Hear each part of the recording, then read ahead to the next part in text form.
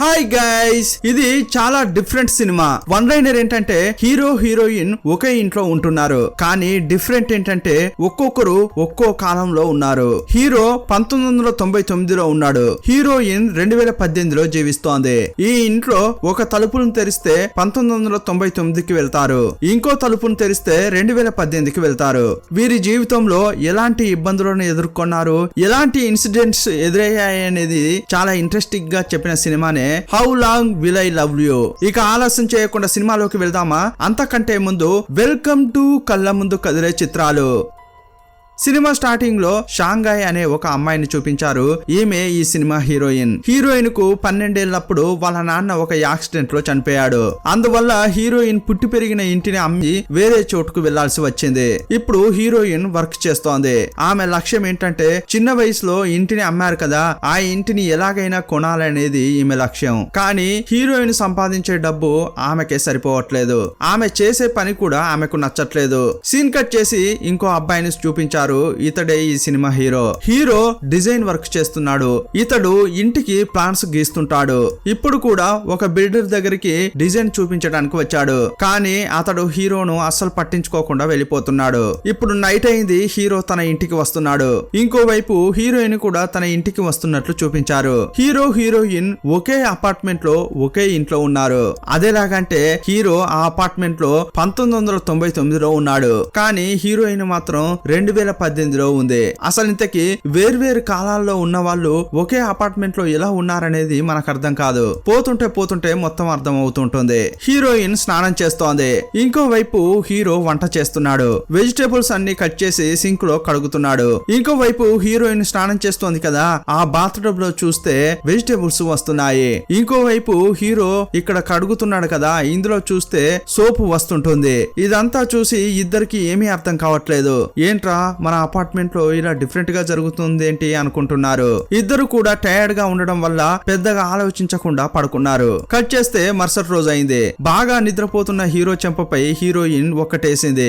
అప్పుడే ఆ రూమ్ ను చూపించారు. హీరో హీరోయిన్ రూమ్స్ రెండు మెర్జ్ అవుతున్నాయి. స్టార్టింగ్ కంటే కూడా ఈ రూమ్ ఇప్పుడు పెద్దదైంది. ఇదంతా చూసి హీరో హీరోయిన్ షాక్ అయిపోయారు. హీరోను చూసి హీరోయిన్ బాగా కొడుతోంది. హీరోను దొంగోడు అనుకుంటోంది. నా ఇంట్లోకి ఎలా వచ్చావురా అని చెప్పి కొడుతోంది. ఇప్పుడు వారిద్దరి యొక్క రూమ్స్ కొలాప్స్ కావడం గమనించారు. అప్పుడు హీరోయిన్ టక్కున అతని ఇంటి యొక్క కిటికీ గుండా బయటకు చూస్తోంది. అక్కడ చూస్తే వర్షం పడుతోంది. ఇంకో వైపు ఇటు వచ్చి చూశారు. చూస్తే అక్కడ ఎండ కొడుతోంది. ఇప్పుడు హీరో తన కిటికీ ఓపెన్ చేసి చూస్తే అందులో పెద్ద డిఫరెన్స్ ఏమీ కనిపించలేదు. 1998వ సంవత్సరం నడుస్తోంది. అదే తలుపు దగ్గరికి హీరోయిన్ వచ్చి చూసి షాక్ అయిపోయింది.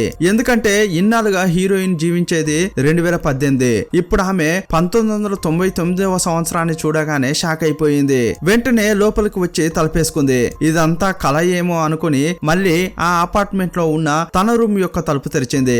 ఇప్పుడు ఆమె 2018వ సంవత్సరానికి వచ్చింది. అదే దారి గుండా హీరో కూడా లోపలికి వచ్చాడు. ఇప్పుడు హీరో షాక్ అవుతున్నాడు.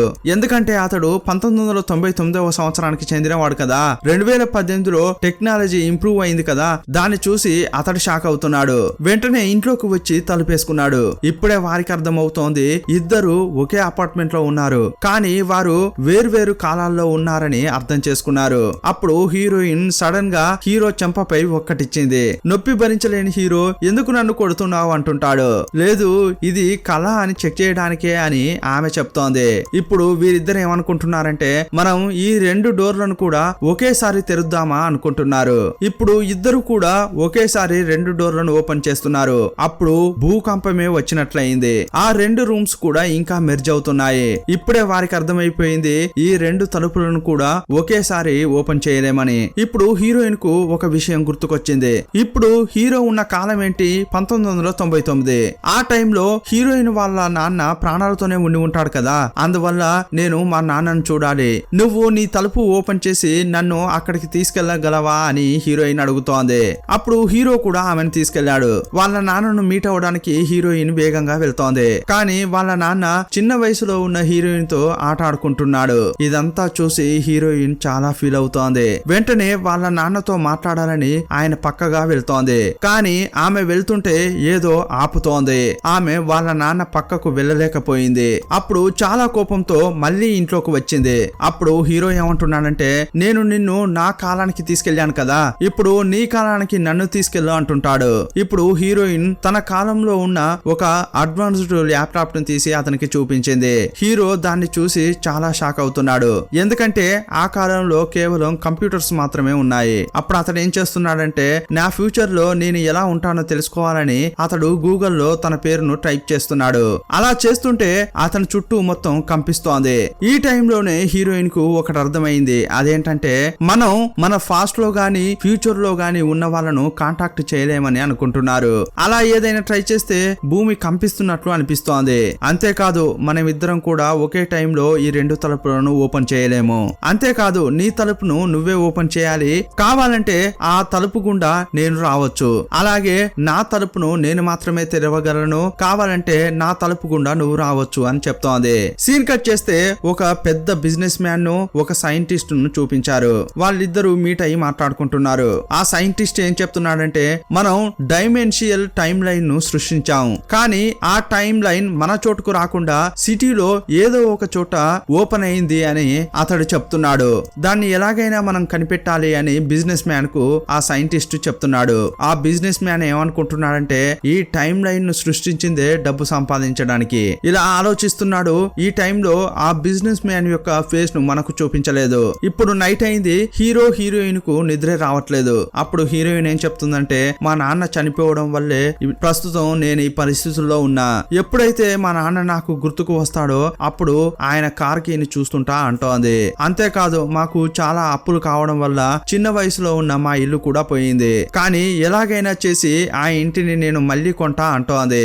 సీన్ కట్ చేస్తే తెల్లారైంది. హీరోయిన్ వారి పనుల్లోకి వెళ్తున్నారు. ఇప్పుడు హీరోయిన్ ఏమనుకుంటుందంటే, తను ఒక పెద్ద ధనవంతుడిని పెళ్లి చేసుకోవాలని. ఇప్పుడు ఈమెకు ఇంకో కండిషన్ ఉంది. అదేంటంటే, ఈమెను పెళ్లి చేసుకోబోయేవాడు ఆమె పాత ఇంటిని కూడా కొనివ్వాలి. ఇదే కండిషన్ తో చాలా మందితో డేటింగ్ కు వెళ్ళింది. కానీ ఈమె కోరుకున్నట్లు ఒక్కడు కూడా దొరకలేదు. ఇలాంటి టైంలోనే ఈమె కండిషన్ కు ఒప్పుకునే ఒక ధనవంతుణ్ణి పట్టుకుంది.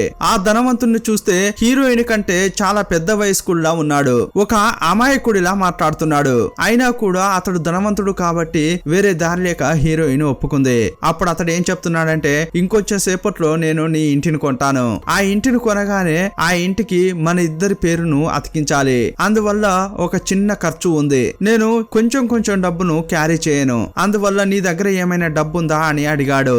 నా దగ్గర ఉంది కదా అని చెప్పి ఏటీఎం కెళ్ళి క్యాష్ తీసి అతనికి ఇచ్చింది. ఆ డబ్బు తీసుకున్న తర్వాత ఇప్పుడే వస్తానని అతడు బయటకు వెళ్ళాడు. కొంచెం సేపు అయిన తర్వాత తెలిసింది అతడు డబ్బున్నవాడు కాదు, పచ్చి మోసగాడని. హీరోయిన్ దగ్గర ఉన్న కొంత డబ్బు కూడా అతడు తీసుకుని ఎస్కేప్ అయిపోయాడు. అప్పుడు హీరోయిన్ చాలా ఫీల్ అవుతోంది. పోలీసులకు కంప్లైంట్ చేసింది. ఇంకోవైపు హీరో ఏం చేస్తున్నాడంటే, తను పని చేస్తున్నాడు కదా ఆ చోట రెస్ట్ రూమ్ లో కూర్చొని డ్రింక్ చేస్తున్నాడు.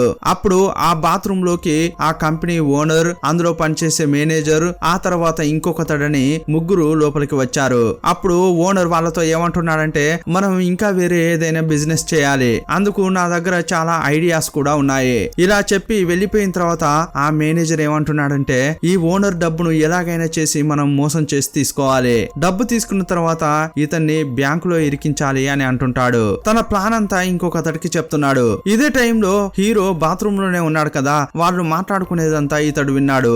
అప్పుడే హీరో అనుకోకుండా చిన్న అలికిడి చేశాడు. అప్పుడు అక్కడ ఎవరో ఉన్నారన్న సంగతి ఈ మేనేజర్ కు తెలిసిపోయింది. ఎవర్రా ఇక్కడ అని చెప్పి అతడు కిందకు వంగి హీరో యొక్క కాలును పట్టి ఆగాడు. అతడు హీరో అనే తెలుసుకుని, ఓహో నువ్వే లోపల ఉన్నావా, నువ్వు బిజినెస్ చేయడానికి డబ్బు కావాలని అడిగావు కదా, కావాలంటే నేను బ్యాంకులో లోన్ అరేంజ్ చేసి నీకు ఇస్తాను, కానీ నువ్వు విన్న విషయం మాత్రం బయటికి చెప్పకూడదు అంటుంటాడు. అప్పుడు హీరో, నేను ఆలోచించి చెప్తా అంటాడు. కొంచెం సేపు అయిన తర్వాత హీరోను ఆ మేనేజర్ తన ఆఫీస్ కు రమ్మని చెప్పాడు. నేను లోన్ తీసి నీకెందుకు ఇవ్వాలి, నేను మాట్లాడిందంతా నువ్వు విన్నావు, కానీ దానికి ఎవిడెన్స్ ఏవీ లేవు కదా, ఇప్పుడు నేను నిన్ను పనిలోంచి తీసేసా, మర్యాదగా ఇక్కడ నుంచి వెళ్ళు అంటుంటాడు. అప్పుడు హీరో చాలా బతిమిలాడుతున్నాడు. నేను ఈ విషయం ఎవరికీ చెప్పను, కానీ పనిలోంచి మాత్రం తీసేయద్దు అంటుంటాడు. అయినా కూడా అతడిని పనిలోంచి తీసేశాడు. ఇంకోవైపు హీరోయిన్ ని చూపించారు. ఆమె ఒక నగల దుకాణంలో పనిచేస్తోంది. అక్కడికి హీరోయిన్ యొక్క భార్య మిత్రురాలు వచ్చింది. చాలా రోజుల తర్వాత వీళ్ళు కలుసుకోవడంతో బాగా మాట్లాడుకుంటున్నారు. ఆ అమ్మాయి ఒక పెద్ద ధనవంతుడిని పెళ్లి చేసుకుంది. ఆ విషయమే హీరోయిన్ కు చెప్తోంది.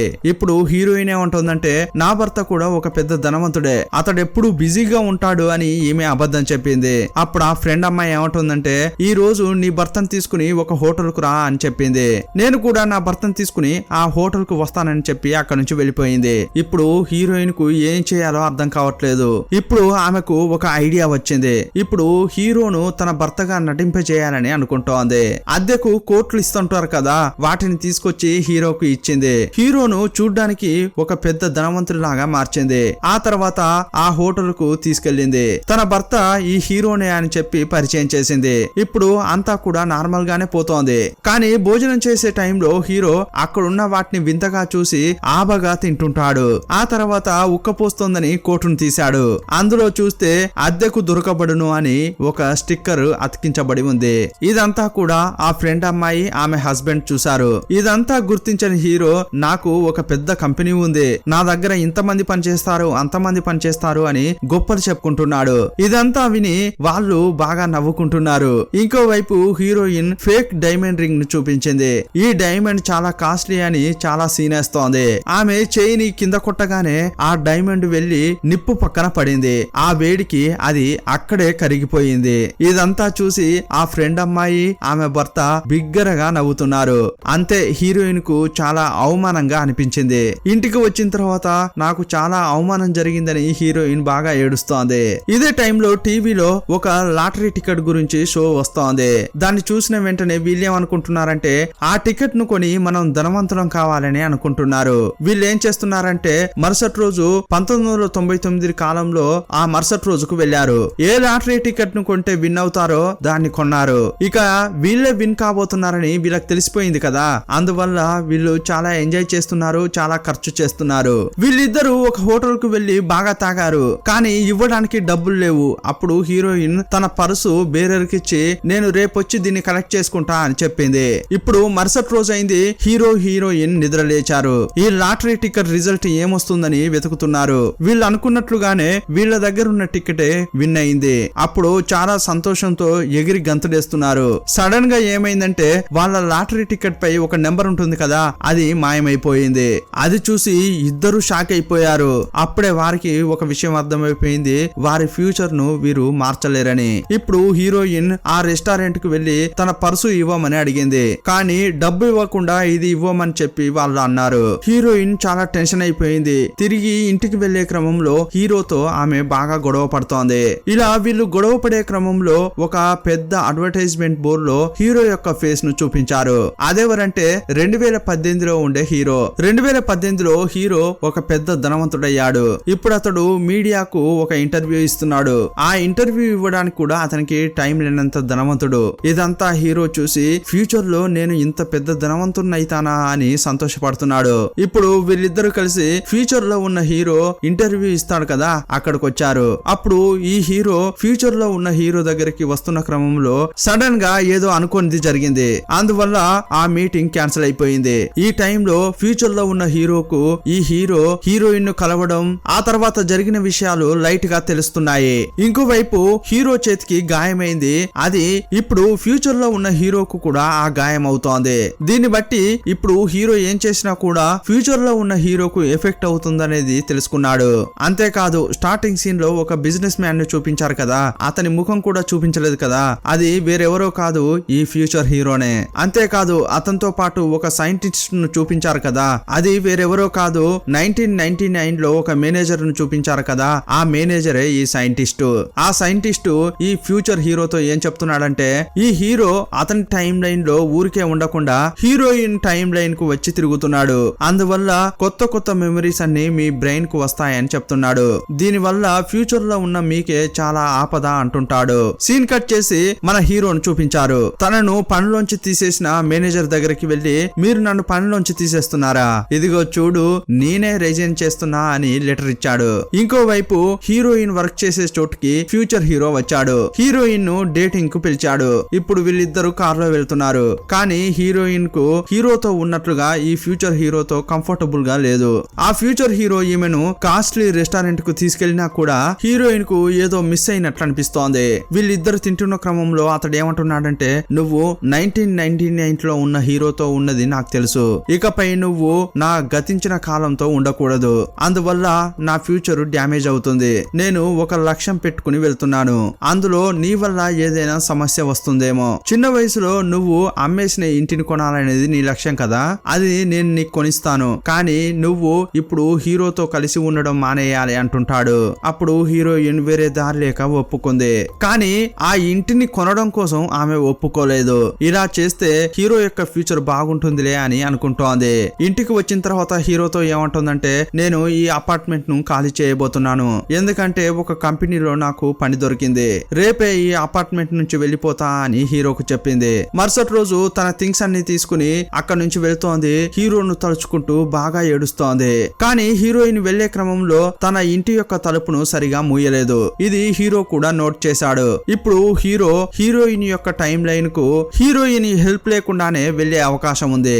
ఇంకోవైపు హీరో టైం లైన్ లో అతడు వర్క్ చేసే క్రమంలో ఆ మేనేజర్ ఏం చేస్తున్నాడంటే ఆ ఓనర్ ను అటాక్ చేస్తున్నాడు. అప్పుడు ఆ ఓనర్ మైకంలో పడిపోయాడు. ఆ మేనేజర్ అతనికి బాగా తాగిస్తున్నాడు. అతని ప్లాన్ ఏంటంటే ఓనర్ కు బాగా తాగించి చంపేయాలి, కానీ అది చూడడానికి యాక్సిడెంట్ గా ఉండాలనేది అతని ప్లాన్. ఇంకోవైపు హీరోయిన్ టైం లైన్ ను చూపించారు. చాలా ఏళ్ల తర్వాత తన చిన్ననాటి ఇంటికి హీరోయిన్ వచ్చింది. హీరోయిన్ ఒక రెస్టారెంట్ లో తన కాస్ట్లీ పర్సన్ ఇచ్చింది కదా, ఆ ఫ్యూచర్ హీరోనే దాన్ని కూడా ఆమెకు విడిపించి ఇచ్చేస్తున్నాడు.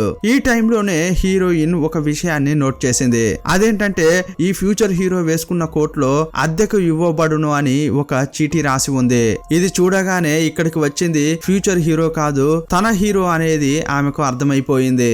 ఇప్పుడు వీళ్ళిద్దరూ హత్తుకుని కిస్ చేసుకుంటున్నారు. అప్పుడు ఆమె ఏమంటుందంటే, మనం విడిపోవడమే నీ భవిష్యత్తుకు మంచిది, ఇకపై నన్ను చూడ్డానికి రాకూడదు అని అతన్ని పంపించింది. ఇప్పుడు ఇద్దరు కూడా బాగా ఏడుస్తున్నారు. ఇకపై వీరిద్దరూ కలుసుకోలేని పరిస్థితి కాబట్టి హీరో శోకంగా అక్కడి నుంచి వెళ్తున్నాడు. మేనేజర్ అతనికి ఒక మెసేజ్ పెట్టాడు. అర్జెంట్ గా ఒక బ్రిడ్జ్ కు రమ్మని ఆ మెసేజ్ లో ఉంది. ఇప్పుడు హీరోకు ఏమీ అర్థం కావడం లేదు. యాక్చువల్ గా ఆ మేనేజర్ హీరోను ఎందుకు రమ్మన్నాడంటే ఆ ఓనర్ ను వీళ్ళు చంపేయాలంట, అది చూడ్డానికి యాక్సిడెంట్ గా ఉండాలట. అందుకోసం హీరోను అతడు హెల్ప్ అడిగాడు. హీరోకు ఇది అస్సలు నచ్చట్లేదు. ఇలా చేయొద్దండి, ఇది పెద్ద తప్పు అని హీరో ఆపడానికి ప్రయత్నిస్తున్నాడు. ఈ టైంలోనే హీరో రియలైజ్ అయ్యాడు.